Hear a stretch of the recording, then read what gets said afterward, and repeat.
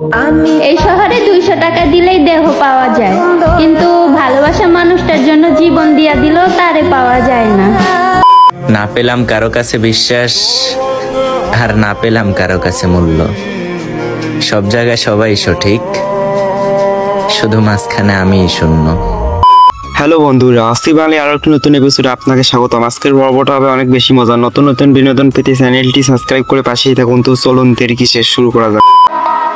তোমরা যেই সব মেয়েরা আমার ভিডিওর কমেন্টে আইসা আমারে বলো মোটা খাসি আরো কত কি, তা বলি কি মামুনি, আল্লাহ আমাকে পছন্দ করে মোটা বানাইছে।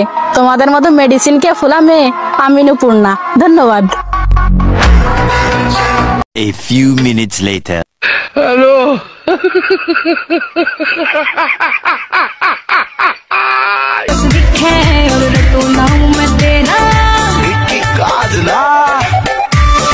কত টাকা হলে একটা মেয়েকে বিয়ে করা যায় আমি জানতে চাই।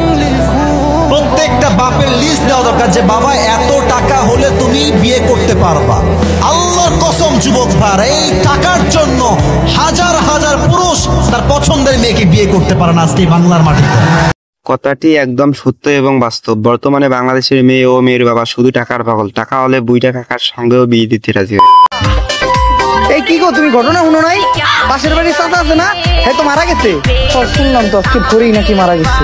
লোকটা খুব ভালো আছিল গো। তাড়াতাড়ি চলো, চাচার বাসায় যেতে হইব। চাচার শেষ দেখাটা দেখে আসি।